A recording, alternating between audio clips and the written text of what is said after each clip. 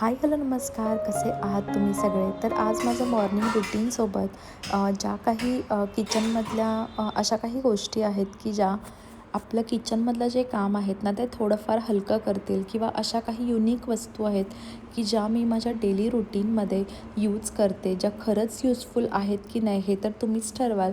पण मला जे व्यवस्थित वाटतं त्या सगळ्या काही छोट्या छोट्या गोष्टी आहेत त्या मी आजच्या व्हिडिओमध्ये तुमच्यासोबत शेअर करते. आणि बऱ्याच वेळेस ना खूप काही काही गोष्टींच्या वेगवेगळ्या कॉमेंट्स येतात, पॉझिटिव्ह असू दे किंवा निगेटिव्ह असू दे, पण त्या येतात. सो ज्या काही पॉझिटिव्ह कमेंट्स आहेत ना किंवा ज्या काही यूजफुल अशा गोष्टी आहेत की ज्या मला असं वाटतं की तुमच्यासोबत शेअर कराव्या, अशा काही गोष्टी मी शेअर करते आहे. सो सगळ्यात पहिले म्हणजे मी इथे स्पृहाचा टिफिन भरत होते.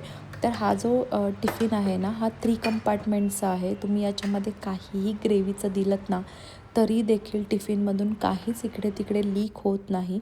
बेसिलचे हे सगळे जे टिफिन आहेत ना स्टेनलेस स्टीलचे आहेत आणि याच्या झाकणाला जे रबर आहे ना त्याला असे लायनिंग दिले ज्याच्यामुळे इकडचं तिकडे कुठेच काही सांडत नाही. एकदम परफेक्ट असा टिफिन आहे आणि एकदम लॉक आहे ना तो खूप टाईट बसतो, मुलांना जनरली लवकर खोलता येणार नाही असा. सो हा जो टिफिन आहे तो मी आरुषसाठी घेतला होता, नंतर मग मी आता स्पृहासाठी यूज करते आहे. सो अशा काही काही गोष्टी आहेत ना की ज्या आपण वापरू शकतो बरेच वर्ष. सो त्यामधला हा एक टिफिन होता.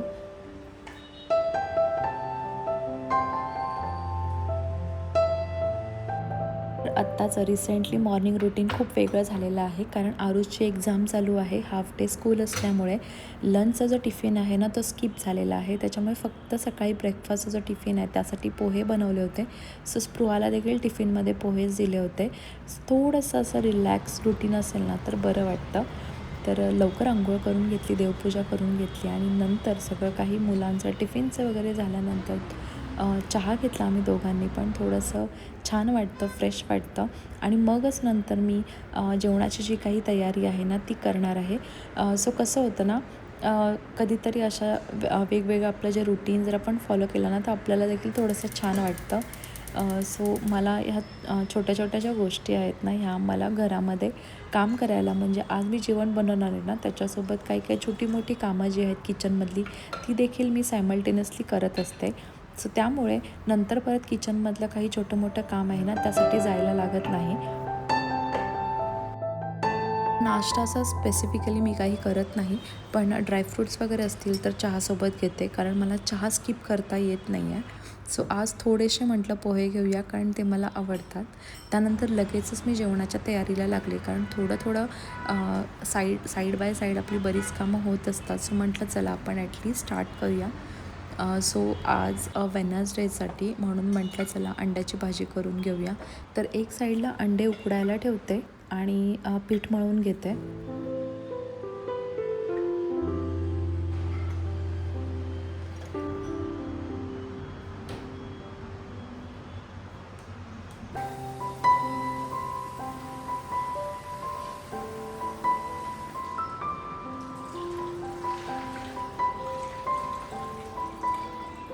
काय माहिती एक सवय झालेली आहे, जे काही पॅकेट्स आहेत दुधाचे म्हणा, अंडे म्हणा, तर हे धुवून ठेवायची सवय लागलेली आहे.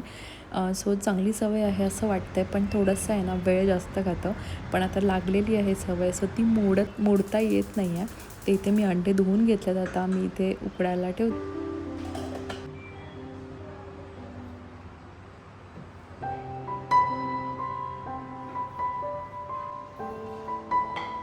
जेव्हा पण मी किचनच्या ओट्यावरती काहीही काम करते ना तेव्हा जिथे मला असं वाटतं की इथे माझा पसारा किंवा कचरा होणार आहे ना तिथे माझं नेहमी मी किचन नॅपकिन टाकत असते.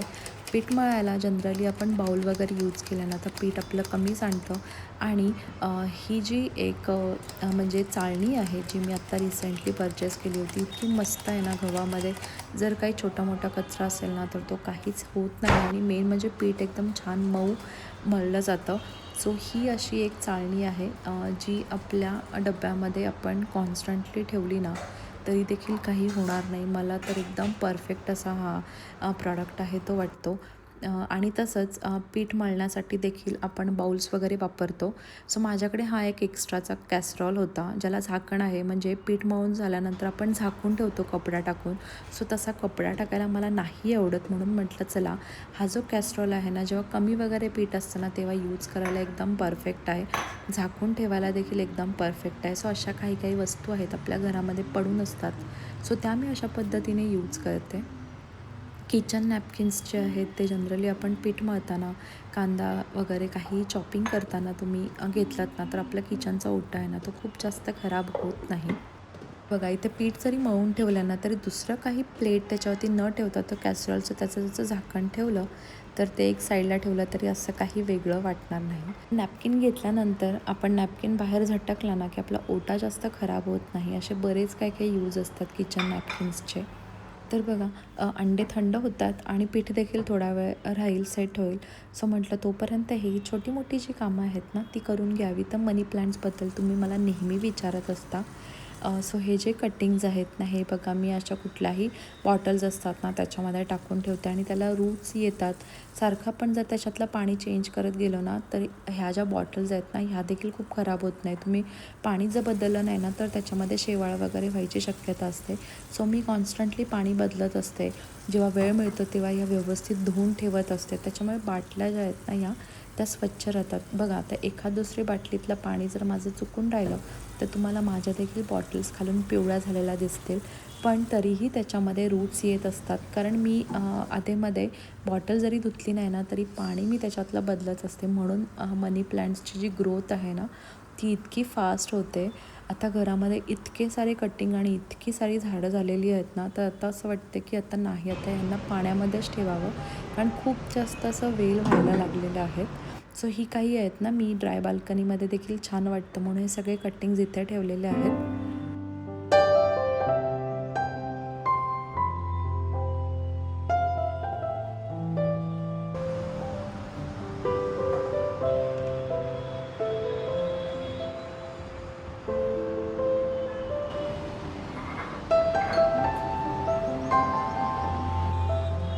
बऱ्याच वेळेस तुम्ही ऑब्झर्व केलेलं असेल, माझी सिंकमध्ये भांडी दिसत नाहीत, कारण जेव्हा पण असं सिंक माझं भरतं ना, तेव्हा मी लगेच भांडी जी आहेत ना, ती डिशवॉशरमध्ये टाकून घेते.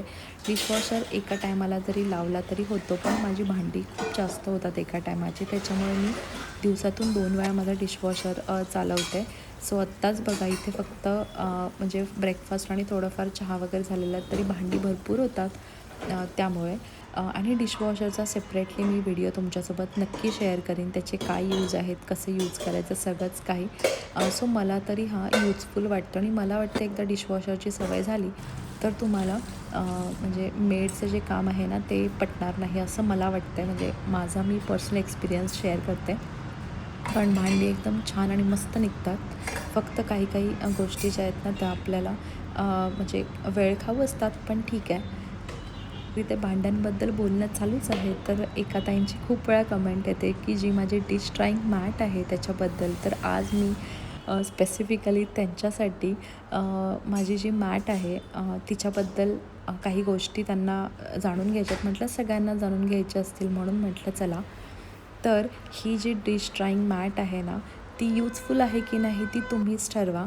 तर हिचा जे कपडा आहे ना, तो थोडासा असा सॉफ्ट आहे, स्पॉन्जी आहे, ज्याच्यामुळे आपलं जे भांड्याचं पाणी आहे ना, जे खाली पडतं ना, ते पूर्ण सोक करून घेतं. तुम्ही याला कुठेही अडकवलंत ना, तर इझिली अडकून जातो आणि मी जनरली तो एक 4-5 दिवसांनी धुवून घेते ही मॅट. कारण कधीतरी पीठ वगैरे सांडलेलं असतं. ही आहे ना, मी माझी ही जी रॅक आहे त्याच्या खाली ठेवते.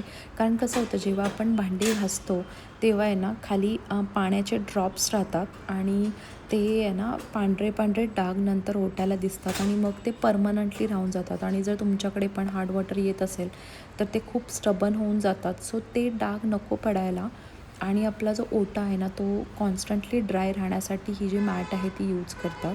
सो बघा आता इथे जे काही पाणी पडलं होतं ते मी तुम्हाला इथे दाखवते. पूर्ण पाणी जे आहे ना, ती ही मॅट आहे ना, ती सोक करून घेते. सो ही मॅट ओली देखील होते. तुम्ही याला सुकवलंत ना, तर ती खूप लवकर सुकते, कारण याचा जो मटेरियल आहे ना, हे खूप वेगळं आहे.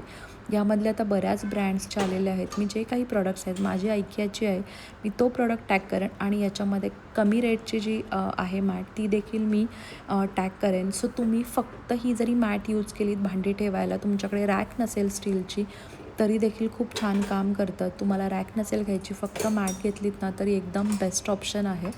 मी जनरली रॅकच्या खाली ठेवते कारण मला ती सवय झालेली आहे रॅकची. सो त्यासाठी जर तुम्हाला काही भांडी बाहेर वगैरे सुकवायची असतील ना तर खूप व्यवस्थित सुकून जातात. सो अशा पद्धतीने ह्या मॅटचं आहे. सो मला त्यांनी विचारलं होतं की ही ओली होत नाही का, तर ही ओली होते पण खूप लवकर सुकते कारण सगळं जे काही पाणी आहे ना आपल्या सिंकच्या जवळपास पडतं ना ते सगळं काही सोक करून घेतं आणि कुठेही असे पाण्याचे डाग राहत नाहीत. त्यानंतर येऊया आपल्या सिंक ऑर्गनायझर की जो माझा बेस्ट बाय आहे. कुठेही मला काही ड्रिल करायला लागलेलं नाही आहे. हुकला मी फक्त अडकवलेलं आहे. कोणीतरी एका ताईंनी मला कमेंट केली होती की काही दिवसांनी हे हुक आहेत ते तुमचे तुटून जातील, पण अजून तरी त्याला काही झालेलं नाही आहे. हे 2 डिस्पेन्सर्स आहेत. एक हँडवॉशचा आहे आणि एक विम लिक्विड डिस्पेन्सर आहे. तो मी याच्यावरती ठेवलेला आहे आणि सोबतच स्पंज जो आहे तो माझा इथे या रॅकवरती असतो. अजून देखील काही तुटलेलं वगैरे नाही आहे. जर तुम्ही कमी पेटचं काही याच्यावरती ठेवलं ना तर याला काहीही होणार नाही. मी गेली 1 वर्ष यूज करते आहे आणि याच्यावरती तुम्ही बघा ह्या 2 गोष्टी ज्या आपल्याला सारख्या लागत असतात या जवळच ठेवल्यात तर खूप छान आणि तुमचं किचनमधलं जे काम आहे ना ते खूप इझी होऊन जाईल.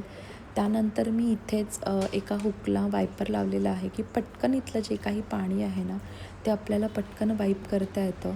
सो तुम्ही कमांड हुक्सने या सगळ्या गोष्टी अडकवू शकता. कुठेही काही ड्रिल करायची गरज पडत नाही आणि सिंक एरिया जो आहे ना तो आपला व्यवस्थित क्लीन राहतो.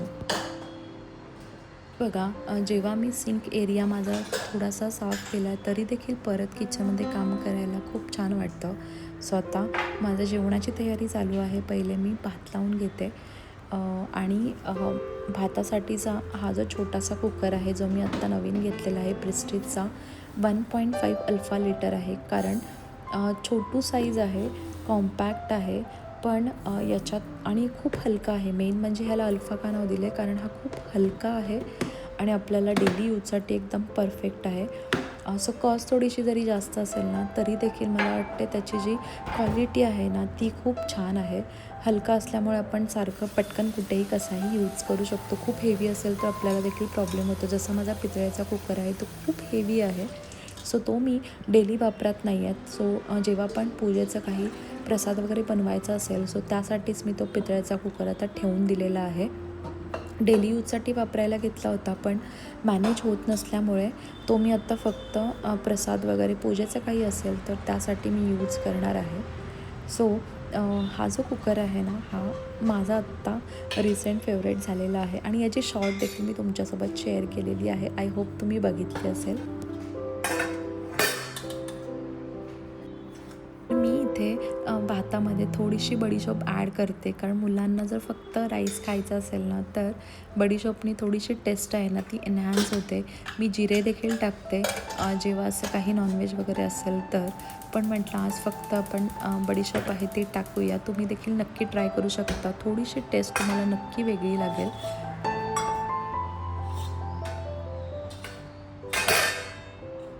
त्यानंतर इथे मसाल्याच्या डब्यामध्ये खूप काही काय आपलं सांडत असतंच आणि माझ्या देखील मसाल्याच्या डब्यामध्ये घाईघाईमध्ये जिरे मोहरी सांडतात. सो त्याच्या खाली बऱ्याच बायका ठेवतात टिश्यू पेपर. सो माझा देखील असतो, कधीतरी नसतो, कधीतरी घाईघाईमध्ये राहून जातं. सो तो जर तुम्ही टाकलात ना तर तुमचं अजून मोठं काम जे आहे ना ते कमी होईल. फक्त टिश्यू पेपर खालचा जो पेपर आहे ना तो मसाल्याच्या डब्यातला चेंज केला ना तरी देखील मसाल्याचा डब्बा छान राहतो, स्वच्छ राहतो. सो तो मी त्याला छान असा शेप दिलेला आहे गोल असा आणि सगळे मसाले जेव्हा याच्यामध्ये ठेवतो ना तेव्हा खूप छान वाटतं. थोडंसं आपल्याला देखील वेगळं वाटतं.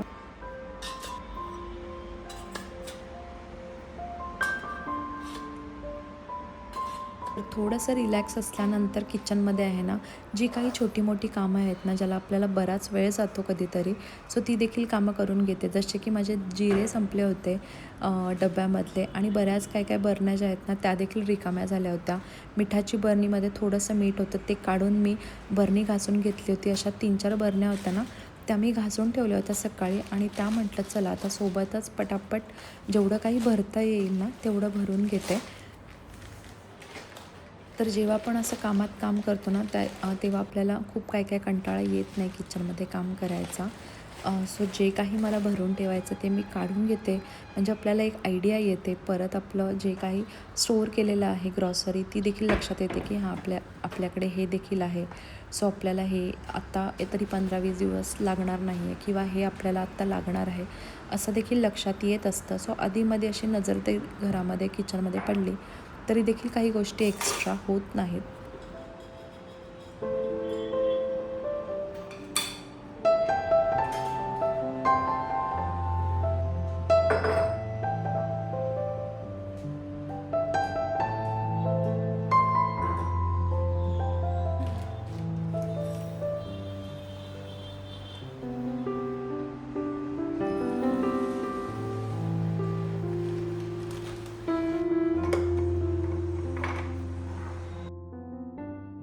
तर इथे बघा माझं सायमल्टेनियसली कितीतरी कामं किचनमधली ह्या एका तासामध्ये म्हणजे सोबतच जेवणाची देखील तयारी चालू आहे आणि मुलं घरी यायच्या आधी ही जी काही एक्स्ट्राची कामं आहेत ना ही केली की थोडंसं आपल्याला देखील बरं वाटतं. म्हणजे माझा तरी पर्सनल एक्सपिरियन्स हाच आहे.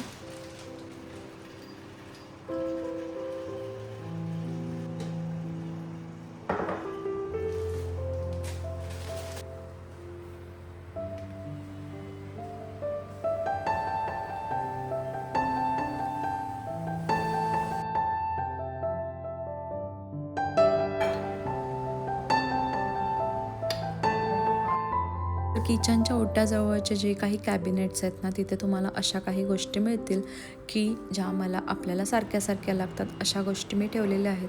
आणि इकडे जे आपलं म्हणजे इथं माझं पॅन्ट्री युनिट आहे. सो इथे तुम्हाला बऱ्याच काय ग्रॉसरीच्या थिंग्स मिळून जातील. तर माझं किचन एवढं व्यवस्थित ठेवायचं मला असं वाटतं की मला आहे ना ती एक सवयपेक्षा जास्त आहे ना जितका पसारा असतो ना किचनमध्ये तेव्हा माझं काहीच काम कुठेच मन लागत नाही. जर माझं किचन मी जर रात्री आवरलं नाही तर मला दुसऱ्या दिवशी सकाळी काहीच काम करायची इच्छा राहत नाही. खूप चिडचिड होते. त्याच्यामुळे मी ते जितकं व्यवस्थित आणि डेली रुटीनमध्ये काम करेन ना तेव्हाच माझं जे मन आहे ना ते व्यवस्थित राहतं. सो हे एक OCD असल्यासारखं झालेलं आहे. सो मला असं वाटते की आपल्यामध्ये जर ही अशी सवय असेल ना तर ती चांगलीच म्हणू शकतो की वाईट म्हणू शकतो मला नाही माहिती. पण कधीतरी जेव्हा कंटाळा आलेला असतो तेव्हा काहीच करायची इच्छा नसते ना पण नंतर परत पुढचा विचार करून असं वाटतं की नाही हे काम केलंच पाहिजे अशी सवय झालेली आहे. असं मला वाटतं बऱ्याच बायकांचं असेल तर तुम्ही मला सांगा तुमचं देखील असंच आहे का? तर मी आहे ना इथे ग्रेव्ही बनवून ठेवली होती. सो ती जी ग्रेव्ही आहे ना ती तुम्हाला म्हणजे त्याची रेसिपी हवी असेल खूप पटकन अशी भाजी होऊन जाते. नॉनव्हेजसाठी म्हणा किंवा आपल्या व्हेजच्या ग्रेव्हीच्या ज्या भाज्या आहेत ना त्यासाठी एकदम मस्त आहे. सो तुम्ही जर म्हणत असाल तर मी नक्की शेअर करेन कारण माझी भाजी इतकी छान झाली होती. चिकन देखील ह्या सेम ग्रेव्हीमध्ये बनवलं होतं आणि तर मला वाटलं होतं की ते म्हणजे त्याची टेस्ट आहे म्हणूनच पण अंड्याची देखील ही भाजी आहे ना इतकी छान झाली होती. काही नाही आत्ता फक्त तेलामध्ये मी ती ग्रेव्ही आणि म्हणजे वाटण म्हणतात. सो ते वाटण आणि थोडेसे मसाले आणि अंडं मी थोडंसं हाफ कट केलेलं आहे. तर त्याचं जे पिवळं आहे ना त्याची देखील छान ग्रेव्ही होते. सो याला छान असं मी फ्राय करून घेतलं मस्तपैकी आणि नंतर पाणी घातलेलं आहे आणि आज बघा पूर्ण जेवण झालेलं आहे पण चॉपिंग बोर्ड बाहेर नव्हता आला. सो आत्ता देखील काढायची इच्छा नव्हती म्हणून कोथिंबीर आहे ना अशी कैचीनी कट केलेली आहे आणि हा जो कुकिंग पॉट आहे ना हा आता परत बॅक इन स्टॉक आहे. सो मी याची लिंक तुम्हाला डिस्क्रिप्शनमध्ये शेअर करेन कारण खूप वेळा मला त्याची कमेंट म्हणजे आलेली आहे लिंकसाठी. सो मला देखील वाटतं की तुम्हाला इतकं आवडतं आहे आणि खूप जास्त कॉस्ट नाही आहे. जितकं कढईची कॉस्ट आहे आत्ता तितकेच हे पॉट्स आहेत. त्याच्यामुळे मला तरी तो पर्सनली माझा फेवरेट आहे आणि यामधल्या अजून मी बऱ्याच वस्तू मागवलेल्या आहेत. सो त्या देखील मी तुमच्यासोबत नेक्स्ट व्हिडिओमध्ये शेअर करेनच. कुकिंग पॉटबद्दल झालं. आता चपातीसोबत ज्या काही गोष्टी आपल्याला लागतात कारण बरंच काय सामान असतं आपल्याला लागत असतं. सो ते मी ऑलरेडी शेअर केलेलं आहे पण जे नवीन व्ह्युअर्स आहेत त्यांच्यासाठी सो माझा तवा आहे. त्यानंतर आपण जे चपातीला लावतो ते तेल आहे.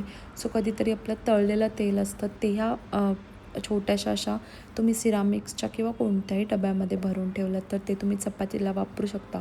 सो माझ्याकडे हे थोडेसे असे ॲपल शेपमधले बाउल्स आहेत, खूप जुने आहेत. सो त्याच्यामध्ये मी तूप आणि तेल ठेवते. चपातीसाठी चपातीला लावायचं जे पीठ आहे त्याच्यासाठी एक चपटा डबा ठेवते.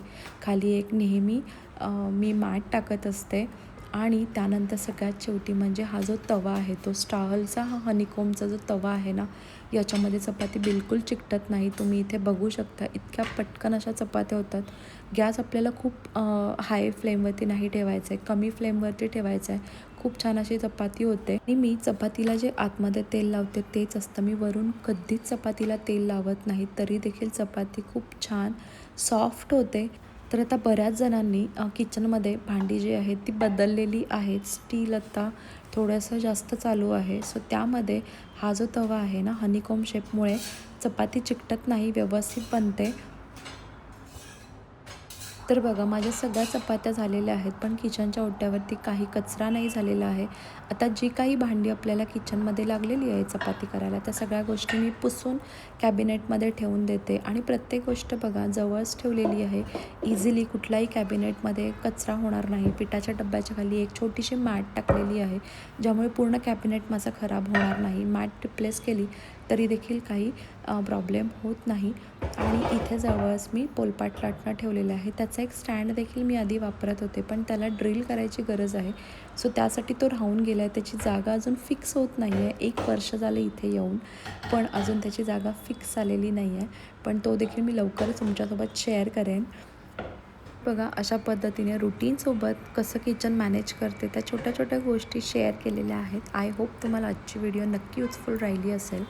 माझ्या रुटीनसोबत ज्या काही गोष्टी मला युजफुल वाटलेल्या आहेत त्या मी शेअर केलेल्या आहेत. तर व्हिडिओ आवडली असेल तर लाईक करा आणि तुम्ही चॅनलवरती नवीन असाल तर सबस्क्राईब करा. चलो बाय.